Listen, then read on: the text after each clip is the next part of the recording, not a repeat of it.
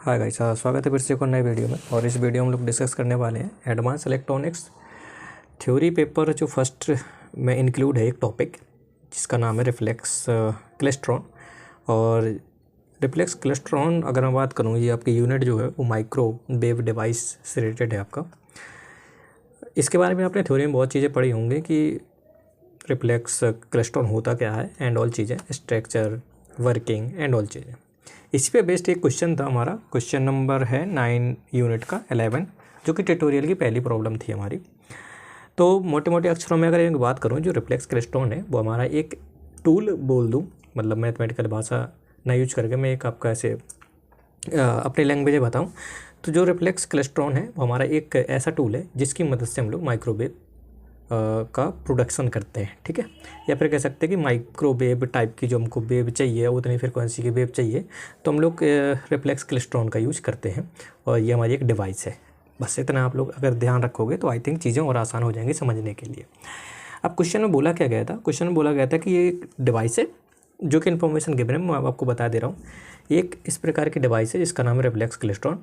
इससे रिलेटेड कुछ चीज़ें उन्होंने बताई कि ये जो रिफ्लेक्स क्लेस्ट्रॉन है वो ऑपरेट कब हो सकता है। उससे उन्होंने कंडीशन डाली है कि बी नॉट की वैल्यू उन्होंने 500 दी है, 500। अब बी नॉट क्या है? बी नॉट है हमारा बीम वोल्टेज जो हम लोग अप्लाइड करेंगे इलेक्ट्रॉन गन के ऊपर, और वहाँ से हमारे इलेक्ट्रॉन्स एजेक्ट होंगे। सो बी नॉट हमारा 500 वोल्ट गिवन था। फिर इसके बाद उन्होंने बोला है कि जो आपका कैविटी शंट वोल्टेज है उसकी वैल्यू है आपकी 20 किलो।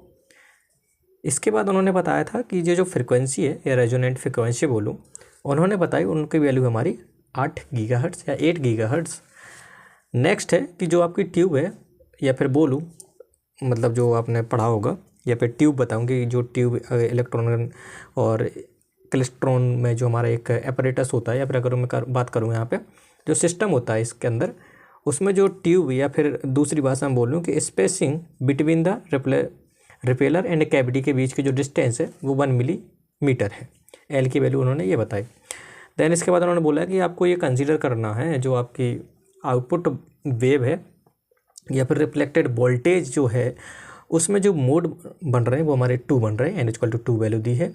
और उन्होंने बोला कि अगर ऐसे नहीं कंसीडर कर पा रहे हो तो ऐसे भी कर लो कि भाई 1 मोड कंप्लीट बन रहा है, फिर 3/4 उन्होंने हिस्सा ले लिया उस रिफ्लेक्टेड वोल्टेज का। देन इसके बाद उन्होंने बताया कि आपको एज्यूम करना है कि जो ट्रांसिएंट टाइम है through the gap and the beam loading effect can be neglected. यहाँ पे टीआर की वैल्यू नेगलेक्ट बहुत कम, मतलब उन्होंने ये वैल्यू रखी है, ठीक है। ये ट्रांसिएंट टाइम की वैल्यू उन्होंने बताई। नेक्स्ट इसमें क्वेश्चन बोला गया था, पहले पार्ट में बोला गया था कि आपको बताना है रिपेलर वोल्टेज क्या आएगा इसका, या फिर जब हम लोग कैलकुलेशन करेंगे तो कैलकुलेशन करनी है हमको रिपेलर वोल्टेज को फाइंड आउट करने के लिए। Okay, so now I think given चीज़ें समझ में आ गई, कौन कौन सी चीज़ें गिवन है और फाइंड आउट क्या करना है, रिपेलर वोल्टेज। सो रिपेलर वोल्टेज फाइंड आउट करने से पहले मैं थोड़ा सा यहाँ पे स्ट्रक्चर बता देता हूँ कि किस तरीके का हमारा क्वेश्चन होगा और किस तरीके से अप्रोच करेंगे और कौन कौन सी चीज़ें हमारी गिवन है। अब क्वेश्चन में गिवन क्या था? क्वेश्चन में गिवन था बी नॉट। यहाँ पे जो RF ऑसिलेटर यूज हो रहा है उसके अंदर जो आपका रजिस्टेंस लगा है उसकी वैल्यू उन्होंने बताई RSH के नाम से। देन इसके बाद उन्होंने क्वेश्चन में बोला है कि आपको BR की वैल्यू फाइंड आउट करनी है, ठीक है। जो आपकी ऑसिलेटिंग फ्रिक्वेंसी है उसकी वैल्यू भी आपने बता दी। और जो आपकी एल है, आपकी एल का मतलब क्या है, यहाँ से लेके यहाँ तक के बीच की, सॉरी कैविटी यहाँ से यहाँ तक के बीच की जो आपकी डिस्टेंस है उन्होंने आपकी बताई एल की वैल्यू, ठीक है। ये आपकी मतलब कैविटी और रिपेलर के बीच का जो डिस्टेंस है, या फिर कहूँगा इसके जो बीच का रीजन है जिसको हम लोग ड्रिफ्ट स्पेस बोलते हैं या रिपेलर वोल्ट स्पेस बोलते हैं, उसकी जो रीजन की विड्थ दी है उसकी वैल्यू दी उन्होंने बने में, ठीक है। क्वेश्चन अच्छे से समझ में आ गया तो प्रॉब्लम 2 मिनट में आसान से सॉल्व हो सकती है अगर आई थिंक चीज़ें क्लियर होती हैं तो। नाउ दूसरी कंडीशन और क्या बोली उन्होंने कि उन्होंने बोला कि अगर जो आपका रिपेलर वोल्टेज है उसका अगर हम लोग वेव फॉर्म अगर मैं ड्रॉ करूँ तो वो वेव फॉर्म कुछ इस तरीके से मेरा आ रहा है, ठीक है। उन्होंने बोला कि जो मोड है वो आपके 2 बन रहे हैं, 2 मोड बन रहे हैं, ठीक है भाई। 2 मोड का मतलब क्या है आपको पता ही होगा। यहाँ से वेव स्टार्ट हुई है, ऐसे ऐसे वेव ये जा रही थी, ठीक है। सपोज मैंने ये ट्रांसिएंट टाइम इतना इंक्लूड किया, और ट्रांसिएंट टाइम आपको कैसे इंक्लूड करना वो डिपेंड करता है आपका नंबर ऑफ मोड्स पे। तो नंबर ऑफ मोड्स उन्होंने बोले 2 लेने हैं और फॉर्मूला होता है हमारा दिस टाइप का, ठीक है। उन्होंने बोला था कि आपको कंसीडर करना है कुछ इस तरीके का। तो देख लेते हैं भाई, यहाँ ने बोला एन की वैल्यू कितनी होनी चाहिए, 2 होनी चाहिए, तो 2 मोड्स बनने चाहिए। ठीक है, अगर मैं यहाँ से स्टार्ट करूँ वेव को, एक मोड ये बन गया, 2 मोड ये बन गया, और इसके बाद 1/4 पार्ट। तो आप देख पा रहे हो कि यहाँ से स्टार्ट हुई वेव, 2 मोड आपके बन रहे हैं। जहाँ से वेव स्टार्ट हुई, जहाँ पे कट किया, 2 बार कट किया यहाँ पे, और इसके बाद यहाँ पे 1/4 वाला हिस्सा लेना है। तो यहाँ से आप देख लीजिएगा 2 मोड के साथ ये 1/4 वाला हिस्सा है। तो यहाँ पे अगर मैं ट्रांसिट टाइम की वैल्यू बताऊँ तो आपकी वो होती है TR equal to capital T bracket N plus 1/4। ये आपका टाइम पीरियड है। यहाँ पे जो उन्होंने बोला ऑसिलेटिंग फ्रिक्वेंसी बोली है, उसकी वैल्यू 8 गीगाहर्ट्ज़ दी है। तो आपको पता है T और F का रिलेशन कुछ इस तरीके का होता है। ठीक है, इतनी बात समझ में आ गई तो लोग प्रॉब्लम आसानी से कर सकते हैं। बात करते हैं सॉल्यूशन की। अब आपको पता है कि जब इलेक्ट्रॉन यहाँ से निकलेगा, यहाँ से जो कि अप्लाइड वोल्टेज V0 था, यहाँ से जो इलेक्ट्रॉन निकलेगा, इस इलेक्ट्रॉन को कुछ एनर्जी मिलेगी। वो किसके फॉर्म में मिलेगी, EV0 के फॉर्म में, और वो एनर्जी इलेक्ट्रॉन लेगा किसके फॉर्म में, काइनेटिक एनर्जी के रूप में। तो हमको पता है ये काइनेटिक एनर्जी ऑफ इलेक्ट्रॉन को हम लोग कुछ इस तरीके से लिख सकते हैं, और ये इक्वल किसको होगी, 1 के। अगर V0 की वैल्यू बढ़ाऊंगा उसकी काइनेटिक एनर्जी बढ़ेगी, कम करूँगा कम होगी। इसका मतलब ये है कि इलेक्ट्रॉन यहाँ से निकलेगा और वो क्या करेगा, आपको कैविटी तक पहुँचाना है। तो कैविटी तक पहुँचाने के लिए यहाँ पे सप्लाइड वोल्टेज होना चाहिए था, इसलिए यहाँ पे EV0 इंक्लूड हो जाएगा। यहाँ से जो B0 का एक्सप्रेशन निकल गया था वो कुछ इस तरीके से निकलते आ जाता है। आप इसको सॉल्व करोगे तो ये आएगा, और इसकी वैल्यू पुट करोगे तो आपका आंसर ये आ जाएगा। ठीक है, अभी के लिए इतना रखते हैं। अगर आपको ये वैल्यू नहीं याद रहती है तो आपको E की वैल्यू रखनी है याद, और M की value, E electron of charge और M mass of charge. Now अब देख लीजिएगा अब हुआ क्या है। अब हुआ क्या है कि अगर मान के चलो ये बैटरी ना होती, या रिपेल वोल्टेज का जो सोर्स है वो ना होता, यहाँ पे जो ये जो लगा है आपका, जो आपका रिपेलर वोल्टेज से आपका जो डिवाइस है हमारे, जिसको हम लोग नाम देते हैं repeller electrode, sorry for that, ये इलेक्ट्रोड है आपका रिपेलर इलेक्ट्रोड, और ये आपका एनोड है। तो अगर ये लगा है तो ये यहाँ से ऑपरेट हो रहा है। अगर ये बैटरी ना होती तो हमारा काम इतने में चल जाता, बट ये इंक्लूड है यहाँ पे, जो कि रिफ्लेक्ट करेगा आए हुए इलेक्ट्रॉन को। तो आपको पता है कि यहाँ से जो आपका रिजल्टेंट है काइनेटिक एनर्जी होगी कुछ इस तरीके से हो जाएगी। कैसे कि एक एनर्जी यहाँ से मिल रही थी उसको काइनेटिक एनर्जी, जब इलेक्ट्रॉन यहाँ पहुँचा रिपेल हुआ तो यहाँ से भी एक काइनेटिक एनर्जी आएगी। काइनेटिक एनर्जी किसके बराबर होगी, वो EBR के। ठीक है, तो आपके पास इलेक्ट्रॉन की 2 प्रकार की एनर्जी है, एक दिस और एक दिस। ये किसके बराबर होगी, इसके बराबर। गॉट इट, यहाँ से आपको समझ में आएगी। इसको एक क्वेश्चन नंबर 1 डाल दिया।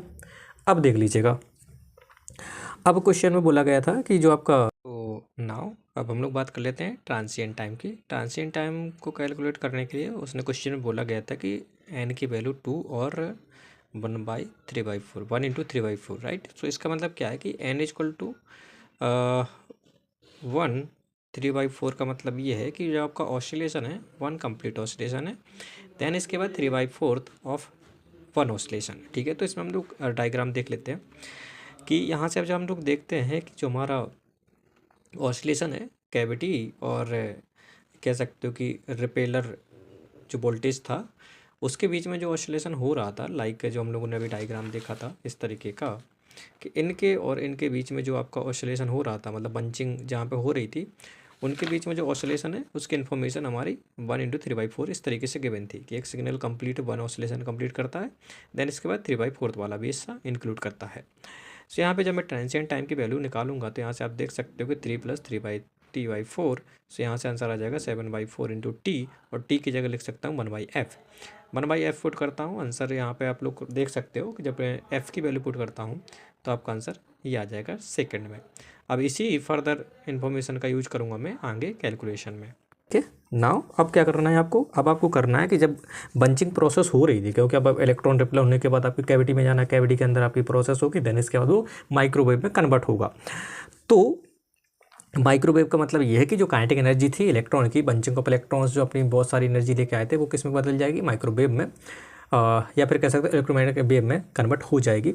अब वहाँ तक पहुँचने के लिए सारी चीज़ें हो रही हैं। तो देख लीजिएगा, जब आपका वोल्टेज EBR सप्लाई वोल्टेज के साथ इंक्लूड हो गया था तो वेलोसिटी एट रिपेलर कितना होगा, मतलब जो इलेक्ट्रॉन यहाँ पहुँच गया था, यहाँ से चला, ठीक है, वो कैविटी में ना जाके कुछ इलेक्ट्रॉन वो सामने गए, रिपेल होके आए, ठीक है, यहाँ से गए और रिपेल होके आए, फिर उसके बाद बंचिंग प्रोसेस चालू हो गई।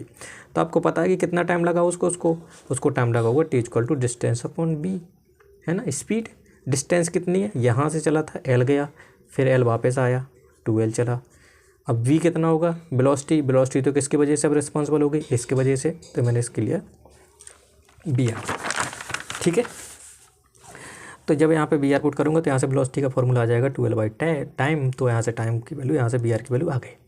ठीक है, अब आपको पता है बंजिंग प्रोसेस स्टार्ट होने वाली है, तो वेलोसिटी आपकी ये वाली मतलब ये वाली रिस्पॉन्सिबल होगी उसके लिए, है ना। तो मैं क्या करता हूँ, उस बी नोट की जगह, क्योंकि मेरे को इनिशियल वेलोसिटी नहीं मालूम है लेकिन मेरे को बी आर मालूम है, तो मैं क्या करता हूँ, सारी कैलकुलेशन बी आर के रिस्पेक्ट में कर देता हूँ। तो इक्वेशन नंबर 1 में जहाँ बी नोट था वहाँ पे बी आर पुट कर देता हूँ। यहाँ से आपको बी आर की वैल्यू इससे निकल आएगी। कैसे, क्योंकि बी नोट की पता है मेरे वैल्यू, बी आर की वैल्यू पता है ये है, और सारी चीज़ें पुट करोगे तो कैलकुलेशन करोगे तो आपका आंसर आ जाएगा बी आर की वैल्यू दिस। तो ये आपका रिफ्लेक्टर या रिपेलर वोल्टेज है जो कि बंचिंग प्रोसेस के लिए गिवन वैल्यू के अंतर्गत ज़रूरी था। अगर ये वैल्यू हमारी फाइंड आउट हो जाती है तो हम लोग आगे की चीज़ें प्रोसीड कर सकते हैं। चलिए ठीक है, यहाँ तक आपको समझ में आ गया। जब बी पार्ट, अब बी पार्ट में क्या था एक बार क्वेश्चन में देख लेता हूँ। Okay now yes, B part में पूछा गया था कि find the direct current necessary to give microwave gap voltage of 200 volt. उन्होंने बोला कि आपको जो आपका बीम वोल्टेज है या फिर डीसी वोल्टेज, क्योंकि जो आप सप्लाई करते हैं या अप्लाइड करते हैं इलेक्ट्रॉन गन के ऊपर वो डीसी वोल्टेज होता है। तो उन्होंने बोला कि आपको डीसी करंट की वैल्यू इतनी बतानी है जिससे कि माइक्रोवेव का जो गैप वोल्टेज है वो 200 हो जाए। ठीक है भाई, अब माइक्रोवेव गैप वोल्टेज या फिर इसको बोलते हैं गैप वोल्टेज दो नाम भी है। अब ये क्या होता है, इसका मतलब क्या होता है कि जो वोल्टेज है ये रिलेटेड होता है किससे, energy transfer from the electron beam to the EM waves oscillating in cavity. इसका मतलब क्या है कि ये gap voltage related to that voltage जो इलेक्ट्रॉन आपका रिपेलर से गया कैविटी में, बंचिंग ऑफ इलेक्ट्रॉन जितने भी गए थे, अब वो अपनी काइनेटिक एनर्जी कन्वर्ट कर रहे हैं ईएम में, तो वो जो वोल्टेज है वो रिलेटेड है हमारा गैप वोल्टेज के। अब एक गैप वोल्टेज क्या है, ये सारी चीज़ें हो रही कैविटी के अंदर है। चलिए कोई बात नहीं, कैविटी के अंदर हो रही है। तो उन्होंने पूछा गया कि अगर आपके पास शंट रेजिस्टेंस वोल्टेज गिवन है हमारा और गैप वोल्टेज गिवन है, तो ऐसे आई बीम की वैल्यू बताइए। बीम का मतलब क्या है, डीसी वोल्टेज। ठीक है, डीसी वोल्टेज बीम वोल्टेज ही हमारे यहाँ पे। तो ये बीम वोल्टेज बीम करंट की वैल्यू हमारी कैसे निकल आएगी, सिंपली ओम्स लॉ से। तो यहाँ से 200 की 200 यहाँ पे पुट की वैल्यू, यहाँ पे RSH की वैल्यू पुट की, यहाँ से IB की वैल्यू आराम से 10 मिली एम्पियर निकल आएगी। ठीक है, ये हो गया क्वेश्चन 1 का सेकंड पार्ट। लास्ट और बहुत छोटा सा पार्ट है, इसमें बोला गया था कैलकुलेट द इलेक्ट्रॉनिक एफिशिएंसी।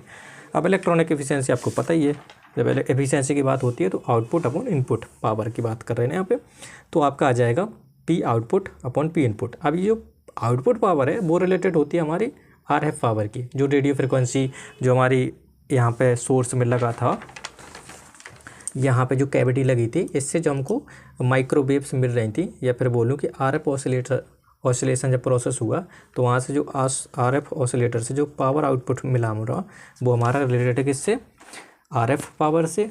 और जो आपका इनपुट है, इनपुट क्या है, हम लोग सप्लाई क्या दे रहे थे, DC वोल्टेज, तो वो आ जाएगा P इनपुट, DC इनपुट। बस आपका फॉर्मूला आपको पता ही है पावर के। इनपुट में हमें क्या B नॉट पता है और करंट पता है, तो आपका B × I से हमारा इनपुट पावर निकल आया। आउटपुट में क्या था, गैप वोल्टेज पता है, शंट रेजिस्टेंस पता है, तो इससे भी पावर निकाल लिया, तो आ जाएगा 2/5, यहाँ से आ जाएगा 40%। और वैसे भी जब हमारा क्लेस्ट्रॉन काम करता है, वर्किंग प्रोसेस में होता है, तो जो कंडीशंस होती हैं उसमें भी हमारा जो इफ़िशेंसी है वो 40% के समथिंग ही आती है, मगर मैं एक रेंज की बात करूँ तो इस तरीके से ये पहली प्रॉब्लम बहुत आसान है और बहुत इंपॉर्टेंट भी है एग्ज़ाम के पॉइंट ऑफ व्यू से। तो अभी के लिए इतना रखते हैं, नेक्स्ट वीडियो में नेक्स्ट प्रॉब्लम की बात कर लेते हैं। अगर कोई टॉपिक नहीं, अगर कोई टर्म समझ में नहीं आता then you can do comment, और अगर कोई चीज़ें समझ में आती हैं then you can like. So अभी के लिए इतना ही रखते हैं, बाकी thank you and all the best.